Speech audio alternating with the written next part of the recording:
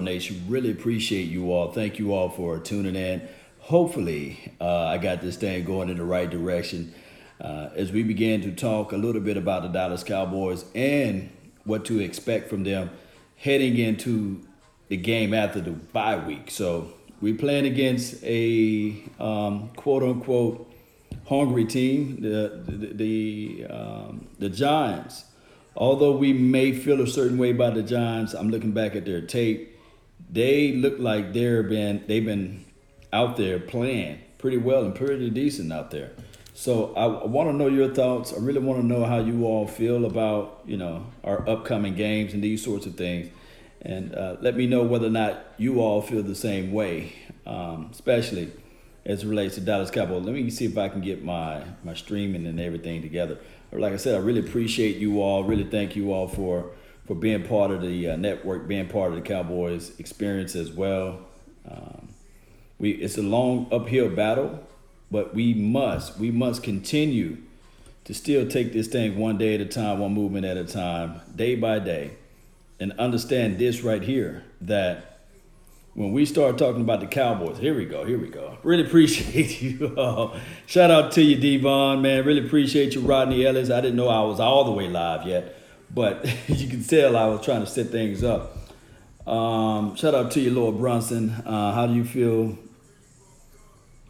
You feel us getting closer, and in what sense? Because the Eagles always been one of those teams where they play hard, especially during the regular season. It's just that when they get to the playoff, they couldn't get really things going.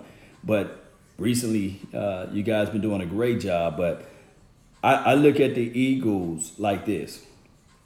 You got to look at them like this.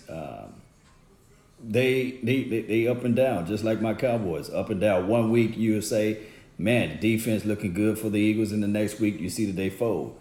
And then all of a sudden the running game is intact. Everybody believing what Carson Wentz is being able to do, and then you see they fold. I think that if you apply the pressure early on Carson Wentz and get him to thinking outside of his brain, then you can rattle the Eagles. I think the Eagles really will still be one of those teams that you have to look at during the latter part of the season, because just like I told everybody about the Orlando schedule, it's like tying a knot in a rope.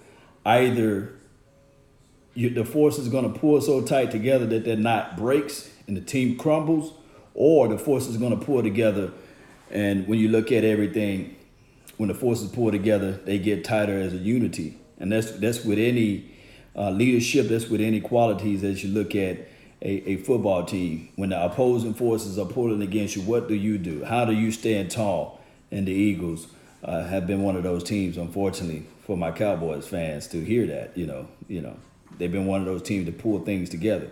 Even when the year they won the Super Bowl, they had multiple injuries that had to occur, and they ultimately were able to win, get to the playoff, and win in the big dance. So, Cowboys, we've been similar. We've been similar. We've been hit with a lot of situations that we didn't supposed to get hit from, just like with the Roger Goodells, and I'm going to say this to my grave, with Roger Goodell versus Ezekiel Elliott situation. That should never happen. It's foolish. Now we see things that they let go and slide on the rug like no other. What's up with your Texas kid? Cleaning around the house. I feel you, man. You got to do what daddy's got to do, man. Shout out to you always, lady. Kia, what's up? What's good? Well, this is the thing. Are we making the right decision? This is what I want to get to point out. Are the Cowboys doing the right decision by signing a Bennett, knowing that he's only going to be on a one-year rental? Is that the end-all, be-all move for us, or he just a bridge gap? Can he be the guy that's going to create turnovers and takeaways? Is he going to be a guy that's going to be beyond a replacement with a Tyrone Crawford? Remember, Tyrone Crawford was our interior sack leader from last year, had 5.5 sacks. As much as we love our interior guys now, I don't think that Kerry Hyder was going to get that type of number. I don't think that Antoine Barbecue Woods is going to get that type of number, nor Malik Collins. Malik Collins might, but I don't think that he was going to get those type of numbers. So when we look at this team, and we look at what a Tyrone Crawford was able to do from the inside, not talking about the outside. The outside is cool. Robert Quinn, D-Law, that's cool. We understood that D-Law was going to take some time. It's just that some fans was out there saying that, hey, he's supposed to have 3 or 4 sacks his first game. I'm looking like the dude didn't play all preseason. He didn't play all offseason as well. He was recovering from injury, and he suited up and said, hey, I got to play myself into shape. So will we be affected from that? Maybe. But now I'm looking at the second half of the season. So I'm looking at D-Law to say to himself, man, I had a good game against the Eagles. I'm going to try to marry that up with this Giants game. I know how their tackles like to play me. So I'm going to go ahead and this is my time to eat. Yes, and then if you look at it from the Byron Jones perspective, he did the exact same formula what D-Law did. Didn't play all preseason, didn't do anything for us on the offseason as well. So, Jay, what's good with you, man? Tyrone Church household, he can't pass the physical. Y'all talking about Eric Berry. Let's just close the tent on Eric Berry. If it have not happened now, then it will not happen later. Let's just move on from Eric Berry for right now, because I don't think that he's going to be able to play for the Dallas Cowboys. It could be a little pride, it could be a little ego that's into place, but we got to understand that. Cowboy Nation. We got to understand that. Mike Fisher said that Dallas isn't looking to make a trade at safety. Mike Fisher's the inside guy. He knows more than what we know as it relates to information. Now, here's the thing. I did a video on my Instagram. For those who are on my Instagram, you guys can know that I said that, hey, Jerry Jones like to sell us smoke and mirrors. When we just want the product, we just want to watch football. But Jerry Jones, his whole ideal is to sell you that the moon is made of cheese. We go and invest and we buy and purchase that, and then we get up to the moon and we say, man, it's just a rock. Jerry Jones, he, and key, and all the way to the bank. His job is to put butts in seats, basically. And he's been doing it for the last 25 years. Especially since we have not been there since then. Been telling us, hey, this is what we're going to do. This is what's going to happen. This is what we're trying to do. And none of that stuff never transitions over, never occurs, or never happened. Oh, Earl Thomas, we needed an Earl Thomas. Oh, we're going to make sure that we make him available for us. Oh, we needed a Randy Mouse. Nah, we're going to make sure we get a Greg Ellis. And trust me, Greg Ellis have not been horrible for us. I'm going all the way back. We needed somebody else. Oh, well, let me use 2 first-round picks for a Joey Galloway. Oh, let me use 2 first-round picks or a first and a third for a Roy Williams. See, that's Jerry Jones moving his mind to the players, you see. And it's just how it goes. Brandon Whedon throws the prettiest balls, you see. So that's Jerry Jones, man. It's crazy. Bennett can't rush the pass. Yes, Derek Savage. I'm not saying that he's trash. I think that Bennett can rush the pass. He's a great, excellent pass rusher. But he's a bridge guy. He's a bridge guy. Regardless of how we look at it, he's a bridge guy. He's nobody that you're going to build your future on. He's 33, going to be 34 years old. Yes, indeed. Jeff Heath is a baller. You can't throw all of the hate and shade him if you want to. But he still is a headbanger. This is from Truth Believer. Here's the thing. Let me just go and say this. Jeff Heath is a baller.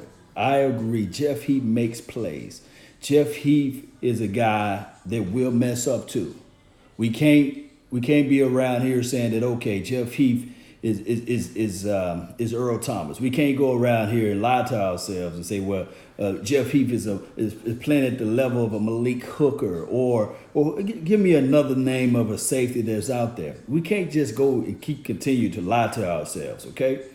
We understood that Jeff Heath, yes, he can ball, but he's an area that we've been saying that we need to improve on since 2013, I believe. 2014, 2015, 2016, 2017, 2018. It is now 2019. And we still say to ourselves, man, we really would need a safety help. And just as much as we love Jeff Heath, we've been saying the exact same thing with that defensive front. We look at games and we will say to ourselves, man, if this guy was able to penetrate and collapse the pocket, this team will be a little bit better. See, I think that what we do collectively as fans is just like what we did with Rico Gathers. Oh, maybe next year he'll turn around and he'll be a better player. Oh, just give him more reps. Oh, just give him more opportunities. And then when they get opportunities and they shine, it just so happened to be on the biggest and the brightest stage. They say, see, he got talent. The moment he goes to another team, he don't even make the roster.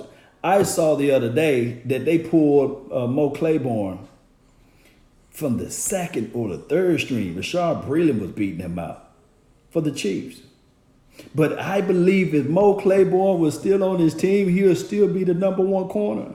You see, that's the Dallas Cowboys. We fall in love with players. That's just the reality of it. It just so happened that Mo Claiborne contract was over and up with, you see. So that's just how it goes, Cowboy Nation. I wish I could change it, but we fall in love with our players. We would sit back and say, instead of developing and trying to grow our players, we'd say, well, Jason Witten, he do not need to get off the field. Jason Witten, he's old reliable. But in the same thing that make us laugh will make us cry, because there's no room for development at that spot now. Now you don't know what to do with Schultz. We can say that Schultz, he's been an excellent blocker, but all through training camp, for those who've been out there, Schultz couldn't beat out of McCoy. He wasn't even beating out the other guy that we cut he picked him up from the Seahawks practice squad. He wasn't beating out that guy. If somebody can find me tape and film, let me know. Where Schultz was beating out this guy or Schultz was beating out that guy. The reality is this right here.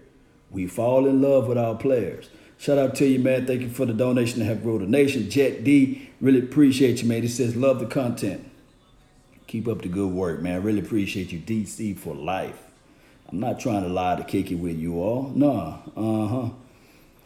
You know, the Giants picked up Leonard Williams for them Jets. Yes. They got a third and a fifth round draft pick for him. I hear a lot of people saying, well, we don't have the money.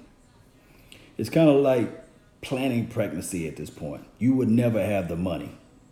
You would never have the money. Let's think about it. You know, your wife or your lady say, oh, I want to have kids. You can be a multi-millionaire. You still would never have enough money to have a child. That's the reality of it. When you start looking at this roster from A to Z, the reason why we don't have the money because we don't make the hard cuts. We don't look at the player and say, okay, or we don't finagle on the back end. We don't say, okay, this guy been serviceable enough for me, and I'm going to get rid of him. You say, we hold on to him. We still paying Randy Gregory, although it's peanuts, but we still holding a roster spot for him, hoping, dreaming, wishing that he can figure out a way to get to fill out his reinstatement papers to be out there. And I said this before, either we the rehabilitation Cowboys or we the Dallas Cowboys. I think that sometimes we will hold on to somebody and keep holding on to him and saying, hey, he's going to turn the corner, and we don't want to see him go to anybody else for right now because we know his potentials. And then it's just too much to invest on something that's not going to produce for you. Law, really appreciate you, man. John Deal says, appreciate you, John, man. Everybody got to go to work today, man. Appreciate you. You think the Cowboys should get Jamal Adams before the deadline? Yeah. Maybe that's what they're working on. Maybe the safety angle of the right or wrong decision is what they're working on. Maybe they're looking at it like, okay, we're going to go ahead and get a Jamal Adams, and we're going to go ahead and give them, the first round draft pick that they're wanting in return for this guy. I don't know. But I can say that the historical data shows that we don't do that. Now, I can guarantee you this. If we were to lose to the Eagles, we would have been moving all types of stuff. But as long as we are 4-3, as long as we are above 500, we can look at it and say, you know what, I trust our guys. You know what, we good, we chilling with our guys. Well, I trust Tristan Hill to be able to turn the corner in a couple of weeks. Oh, I have strong hope and faith and revelations of my thoughts that this guy right here is going to change things for us. And this is not me complaining about the Cowboys. I'm just explaining. And what I'm explaining to you all, that it's been 10 years was of the same type of offense, the exact same mentality. And trust me, and I do know a lot of people are going to say, well, Lord, hold on, man. Shouldn't you be happy that we are 4-3? Should we be satisfied that we are in top of our division? No, I'm not satisfied with that. I don't give a dog about the NFC East. No, you think that Bill Belichick sit back and say, you know what? I'm going to try to win the AFC East. This is what all I want to do. I just want to win the AFC East. No, I want to dominate. I want to put my foot on your neck. I want to make sure when you try to gasp for air, I swish it around a little bit more. I want you to know that when I run up the score, when it's 30-3, I'm going to try to score again. Matter of fact, I might just keep my quarterback in even when we got 40 points on you. My mentality is that you may pick up something in the third quarter, even though we up by 24 points. I don't want that to come back to bite me for what the little small nuances that you pick up. And then on top of that, what happened if your quarterback get hurt while y'all up by 20 points? He said, name me the play that makes quarterback get hurt, and I take him out then. You see, that's the type of mentality we should have opposed to the mentality that we got, you see. I'm not happy. We lost to the Jets. This is from DM. That Jets game was a game we can go back and we can cry over spilled milk. We can talk about the officials. We can talk about, hey, our players didn't execute. We can talk about numerous of things. But I will go back to this right here. When you prepare your mind, when you prep, and you got everything going into right directions, you know the flaws, you know the weaknesses of your opposing or your opposition. Then on top of that, when you play a team that is of a lesser opponent of you, supposedly, you dominate. You do not give them any glimpse or any shot of hope. You remove all doubt. You dominate them. Since the Jets beat and knocked us down, ran through us, Patriots dominated against them, and I think the Jaguars just beat them. Speaks volumes of us. Speaks volumes. We just wasn't prepared. We could have been 7-0, Derek Savage. Yeah. Law, what good with my folks? Yeah, everything's good over here, famo. Tom Landry invented the 4-3 defense to slow down Jim Brown. His defense is still used to this day. This is from Zeppelin Fan. Yeah, 4-3 defense is a wonderful defense. It's a base defense for most. It's not as hybrid of a defense of a 3-4. One can argue that 4-3 is like a dinosaur defense, unless you're going to be able to be shifty enough to, or crafty enough to be as a defensive coordinator to defeat, or mask up certain things with your defensive play caller. For example, and I hate to bring the guy up again, but Bill Belichick used a combination of 4-3/3-4 defense. And he makes you play left-handed, basically. He would combinate and say, okay, this is your strength. This is what you're trying to do this week. Then I'm going to make sure that I bring in that extra linebacker on the field, or I'm going to take away the extra linebacker. So it's a combination of multiple things as it relates to defense and strategizing and strategy and things like that. Meticulous Cowboy, really appreciate you, man. Anthony Weldon, he says the easiest division in the NFL, though. This is from... Yeah, so much for the easiest division in the NFL. We lost to one of their teams. So, I mean, AFC East, yes, you can say and argue that they are the easiest division in the NFL. And here's the thing. And I like when people bring that up. You can only play what's on your schedule, right? The New Orleans Saints can only play what's on their schedule. The San Francisco 49ers can only play what's on their schedule. They're 7-0, and I think the Saints are 6-1 or something like that. They don't make these excuses. They play whoever's on their schedule. Now, the outside noise is going to say, well, this team is horrible. This team is trash. But I'm with the belief that they get a paycheck just like anybody else. And if those teams were just so horrible, then it wouldn't be people like us clamoring for their players, knowing that they got to, like, for example, the Jets. Boy, I haven't seen so many people hit me up. Law, what do you think about number 11? What will he do in this particular offense? Or, Law, what do you think about the William kid? Or what do you think about the Jamal Adams? Don't you think that there's multiple weapons that they could have used already? Le'Veon Bell and those boys. So it goes back and forth. Even the Bills. We look at it. I've seen some of the people say, instead of just looking at the footage on how the Eagles beat the Bills, they went to the saying, oh, the Bills are nobody. You see what I'm saying? Like, where did that talk come from? How much football tape are you going to look at and say, well, the Bills are nobody? And that the Eagles just run through a bunch of nobodies. No, I bet you my bottom dollar, there's some people on the Bills right now that you wish they can play for the Dallas Cowboys. These teams are professional just like anybody else. You have to be prepared, you have to be ready, and you can't take your opposition and opponent lightly. You can't. You got to be able to be ready to fight them and put your foot on their necks and shut them out when you can. But what we do as fans, we look at it like, the Jets are horrible, the Bills are horrible. This should be a vacation game. We thought about it. Think about this. The Miami Dolphins was up on us. Let that sink into your mental. If we didn't get a few breaks, Miami Dolphins could have did something to us. The Dolphins. Just bringing a little light to reality. Yeah. Yeah, so let's see. Shout out to you, Andrew. Yeah. See the Eagles, you two running backs. See the Eagles, Andrew W. said the Eagles used 2 running back sets. Yeah.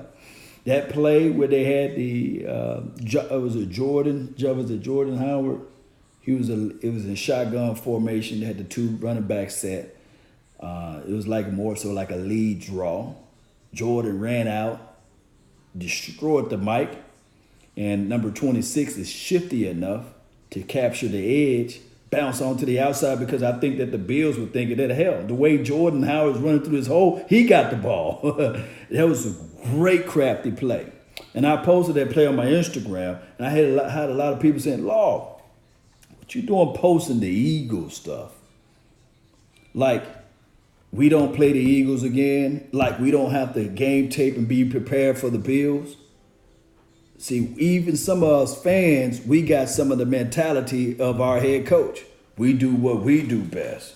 You see, we don't have to worry about studying the opposition. We are the best. We got the best offensive line. We got the best route runner and wide receiver play. Or our quarterback don't have to roll out because he's supposed to be able to hit this ball here and hit this ball there because the pocket's supposed to be so secure. No, we got to move that mindset out.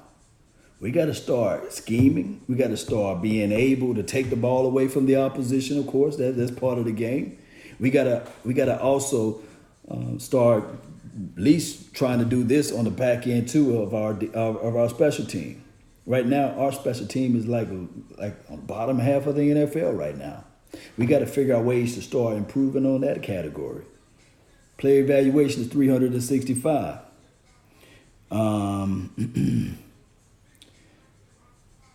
What we got over here? Somebody said, Jay, are you a Cowboys fan? Mayor says O.J. Howard. First round draft pick for O.J. Howard. That's what the Tampa Bay Buccaneers want. They want a first round draft pick for O.J.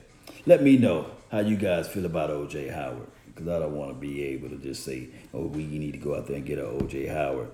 Always later, really appreciate you.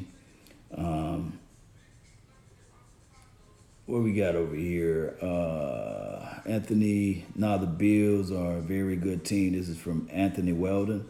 Yeah, Bills' offense is limited. This is Brandon Williams. Yeah, their offense is limited. I think they got a one-read quarterback. He's only reading one half of the field. Now, he does have a cannon of an arm. He's strong, and they do play designs where they roll him out and they put him on a motion and run. So he does have those type of skill sets, which is unique. They got a good running back Singletary, he's pretty decent. And what's his name? Number 20. Dog, I forgot his name. Put his name in the chat box. He's pretty good too. So here's the thing. We got to be mindful of that. What's his name? Put his name in the comment box. It's at the tip of my tongue. He's really a guy that's a hard down to heel runner, and we have issues with that. But hopefully my guy Antoine Barbecue Woods can shut that all up. Frank Gore. Yeah, Frank Gore. Boy, I need more coffee, right? Frank Gore is a hard-nosed runner, downhill runner. And the way the Cowboys play, I'm thinking that the early turnovers in the Eagles game benefit our offense, benefit our defense, because we are a type of team, by us being light body inside, meaning that our defense, we don't have a one. We don't have a guy that can play the one. We have guys that can play the one, but not on a consistent level, not at 40 and 50 snaps, right? I'm thinking that we need to be a team that plays with the lead. Or we need to be a team that can score consistently and causes the opposing team to stress and try to pass. And when we can get them to try to pass, then that's when we can attack. That's how I look at it, You better win 3 games. What's up, Love and A-Rees? And this is from Joe Moe. He says, love the content. Really appreciate you, Joe. We won the championships in the 90s because of Jimmy Johnson knew the opponent as well as his own team. He was relentless with that. We need that type of mentality again. It's not going to happen. This particular team is not going to just know everything about the opponent. It's not going to happen with this coaching regime. At the end of the day, the way we win, and it's just been, somebody can do a counter video to argue my points right here, but the way this team win is that we do what we do best. We have to execute. I know there's low-hanging fruit, but we have to execute well. Players got to be healthy. There have to be a certain scenario where all of the check marks in the boxes got to be okay. And that's how we win the football games. If it's any wrinkle, anything that's like thrown at us all of a sudden, then sometimes we don't make those necessary adjustments. But here's the one clause that get us out of it.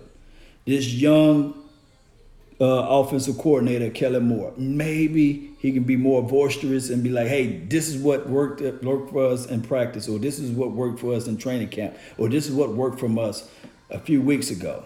And maybe they can listen and adjust. If the defense get turnovers and takeaways, that help us out too. But at the end of the day, we do what we do best. I don't see a lot of scheming. I don't see a lot of that going on in games. And like I said, I'm only pulling back historical data from 10 years. And I wish I could just lie to kick it and be like, yeah, man, boy, we're gonna do this. We're gonna put them in a box. We're not gonna do that on a consistent level. You can probably do it once or twice and say, see. But, it's just what it is, man. I'm late. Any more trade made? This is from Natasha. Not that I know of. Maybe. It's late in the afternoon and they waiting for the news to break in the morning that they done gave up this offer and they gave up that offer for a person. And to the Cowboys' credit, they did make the phone calls. It's just that when you make the phone call and they say, well, we wanted this, they said, well, we only going to give you that. So, and the opposing team said, nah, because you already projected to win at least 8 to 9 games. That's going to put us here. We're going to at least want this now. And they were probably like, nah, we ain't going to roll with that dice. And on top of that, when you really look at it, teams are going to look at the Dallas Cowboys like this.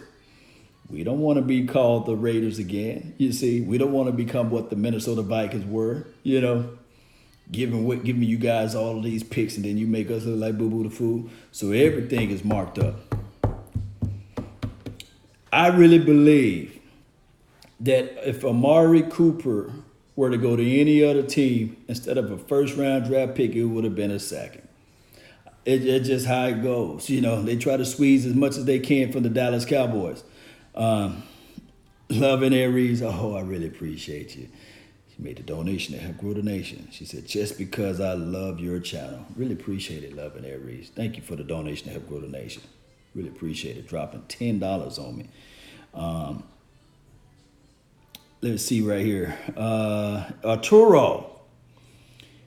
And I go everywhere at the Cowboys game whenever we play at AT&T. But okay. We love when you go to the Cowboys game. And speaking of Cowboys game, when you get a chance to go, just hit up www.cowboysexperience.com. That way you can get multiple game packages for the Lolo and use promo code LawNation or use promo code Mark Holmes. Whatever code is coming to your mind, Big Game James, Silver and Blue, and we'll make sure we can help you out along the way with some other things too.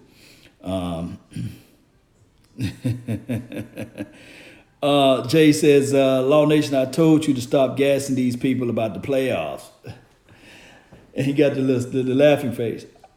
Here's the thing. We are 4-3 now. I'm not saying that we don't have a chance nor an opportunity to make it to the playoff now. Don't get me wrong with that. I really think that we do have a chance. Just because the Eagles beat the Bills, which is a good team. It's not like the Bills was a horrible team. Doesn't mean that the Eagles are going to trump us. We do play. Here's the thing. Historical data shows that Jason Garrett is not a good guy after the bye week. Somehow it's just some foolish, crazy stuff happened all of a sudden after the bye week. But here's the thing. Jason Garrett, the conundrum piece. Jason Garrett is good against divisional games. You know, he coaches his team up well, or we somehow play well against our divisional foes. So Monday night, it's a primetime slot game. It's going to be Daniel Jones, I guess, second or maybe third time, or maybe second time on a primetime game. So hopefully, Daniel Jones holds onto the ball. He will give you gifts. His defensive front four, maybe, just maybe, number 79, I think that's his number, Bennett is going to be a guy that's going to create pressure, give you a little dog nastiness. Quinn is going to be back. D-Law is going to be back. Antoine Barbecue Wood is going to be a little bit better. And then on top of that, Kerry Hyder is a rotational guy with Malik Collins. Maybe, just maybe, they can create pressure within the front four. LVE and Jalen Smith, they can just have this spark plug going out that they can diagnose the play, shoot out to the ball. And we already know from what I've seen this year, they're not going to pass the ball on number 31 side, right? So we know that Chido Awuzie is going to be out there. But here's the thing. He's going to have his help over the top, slide, rotate a guy, do whatever you got to do. Maybe, just maybe, that Monday night game will be a game where we can say, okay, we won now back-to-back, and we can get on a winning spree from here. The defense started kicking over. Maybe that's the scenario.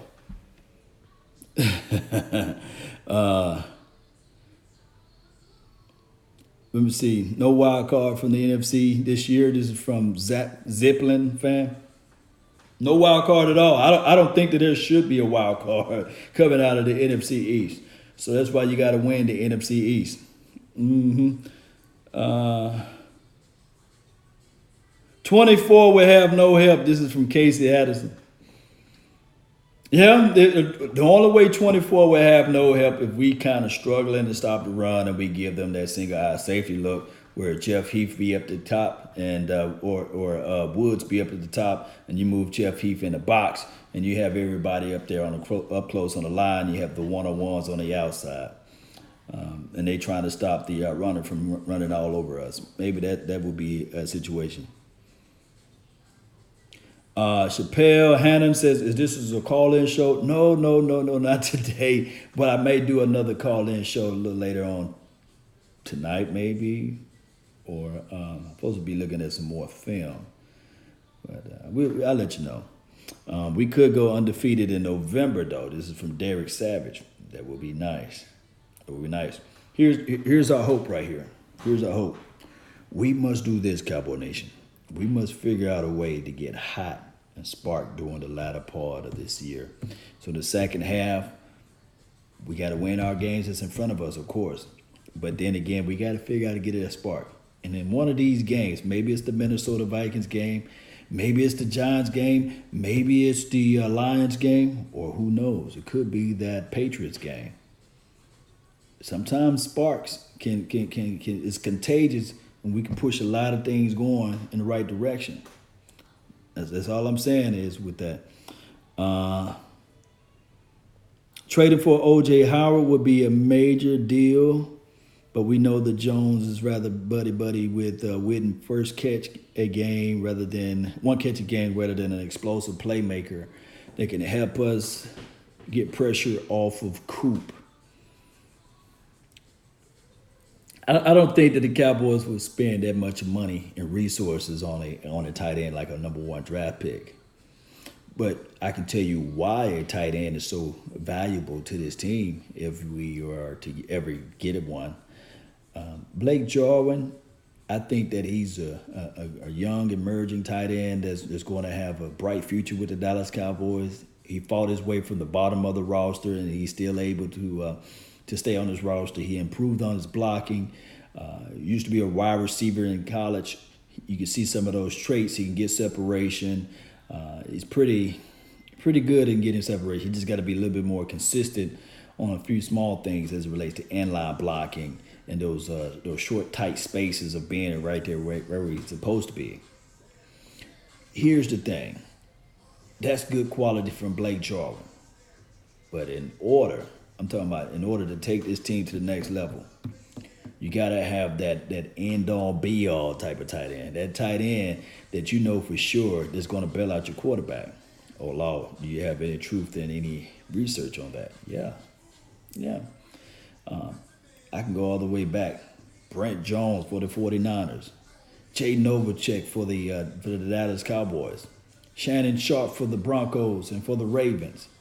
Jeremy Shockey for 1 year for the Giants. Can I go on and on and on? There's so many things. Whereas Travis Kelce for Pat Mahomes, Gronkowski for the Patriots, or Ben Coates if you want to go all the way into the 90s. You see, so the tight end will always be your quarterback, especially a young quarterback best friend. You can look at the 49ers and you look up this guy Kittles. He's doing marvelous things for them, you see. The tight end will always be your quarterback's best friend. Let's see. And we just got to invest in that. Unfortunately, we made some moves at it before with the Martellus Bennett. That didn't pan out well with us because of his mentality. And that Galvin Escobar, I think that he was drafted more so for a Tony Romo type of guy. And Galvin, he started off so bad with us, man. But think about this. Him and Romo would have worked some things out, but that's the story of a different day. It's like when we got Galvin, it's just like Romo had his injuries. And then on top of that, the situation where Galvin wasn't a true blocker. He was going to be your high tight end. Your low tight end was going to be Witten. And you had the injuries with Romo, and it just never could blend well with what his skill set was supposed to be. But you saw some catches he was making with Dak Prescott his rookie year. He threw a few to Galvin Escobar, but Escobar wasn't physical enough to play this type of offense. Dak has Amari as his BFF. Yeah, wide receivers, cool. Wide receivers cool to be your best friend, but that tight end is so much special as it relates to 3rd and 3, 3rd and 4, 3rd and 5, those type of situations where you want somebody to take it up the seam and cut across the middle, those type of things. Now, can Amari Cooper do all those things? Yes. But for your 50-50 ball, as good as Amari Cooper is, he would never be 6'5" or 6'6", 6'7", that type of deal, you see. But Amari Cooper is a dog nasty guy, don't get me wrong. But his tight end is something special. Man, they can line up inside and you think they're going to sit back and block. No, and then they shoot upfield. Think about the responsibilities of a tight end. Let me just talk about this before we wrap this thing up. Responsibilities for a tight end. They are in the extension of your offensive line. They can play either left tackle or right tackle, basically. They can play fullback. They got to know everything a fullback can do. And if a tight end is versatile enough, you can line him at slot. He can do all of the responsibilities of a slot guy. And if he's versatile enough, like the Kelsey kid, the Travis Kelsey, you can put him out wide and you can run X for you. So there's so many things. And then bubble screens and smoke your drag routes. Boy, that's how versatile a tight end at the height of 6'7", at the weight of 260 pounds and beyond. You see, that's why it's so important for a tight end to be your check down guy opposed to your running back or opposed to your other wide receiver. Amari makes more of a difference. Yeah, Mike, I agree. Said that AJ has been wasted by the Bengals. Great receiver, yeah. AJ Green is a great receiver. I love AJ Green's skill set.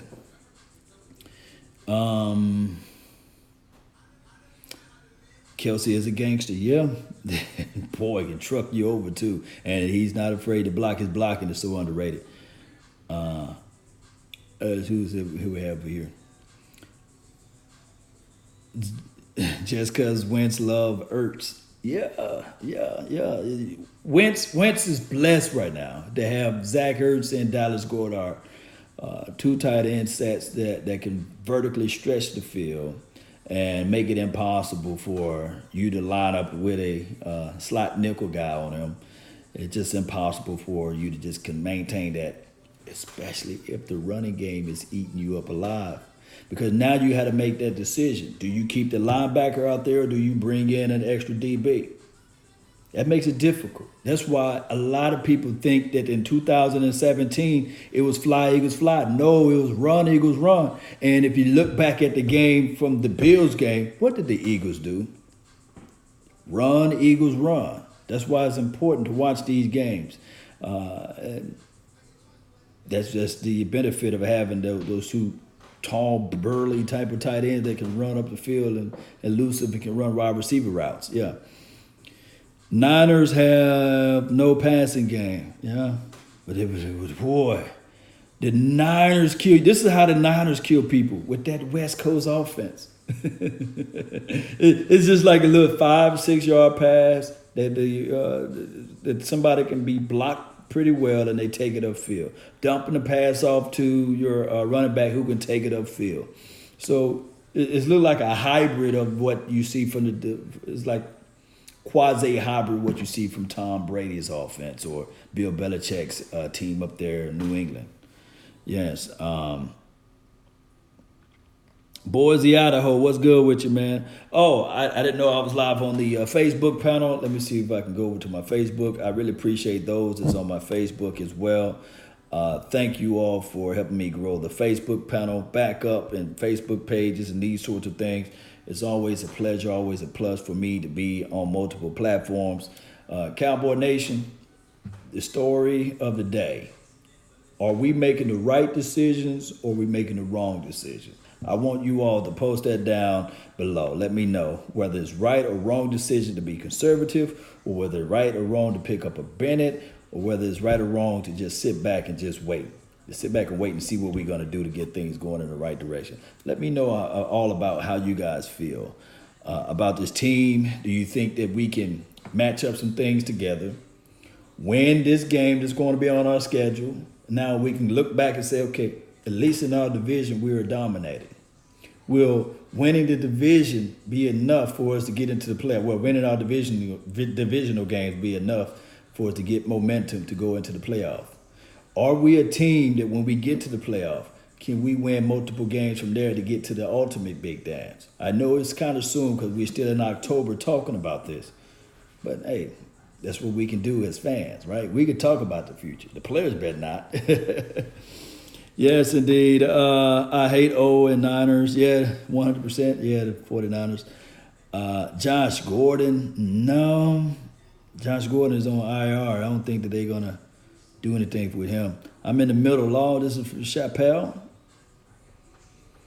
Here's the thing. Let me get you out of the middle. Nobody wins the Super Bowl in October, right?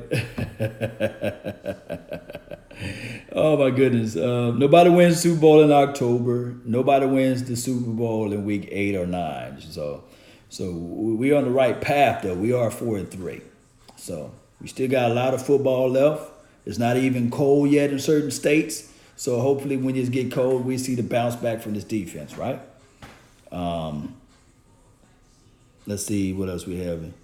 What are the chances we take AB off the coach? You talking about which AB you talking about? Because I hope we ain't talking about the other Antonio Brown. Zappelin says I know one and done. We'll see, Cowboy Nation. That's all the time that I have for this beautiful moment in time and space. I really thank you all for yours. Thank those who made the donation to help grow the nation. Really, really appreciate you all. Thank you guys for subscribing and joining into this show. And don't forget to hit that like button, share this content, let a friend, neighbor, foe know where to go when they want to tune in to Cowboy Sports Talk and beyond. Let's continue to grind. Let's take this thing one day at a time. And I want to leave you guys with one positive note. Jim Rowan. He says, when the end comes for me, let it find me conquering a new mountain, not sliding down an old one. Let that sink into your mental. And remember, you're listening to nothing but the best. Salute. I'm out. Peace. Let's go. Let's go, Cowboy Nation.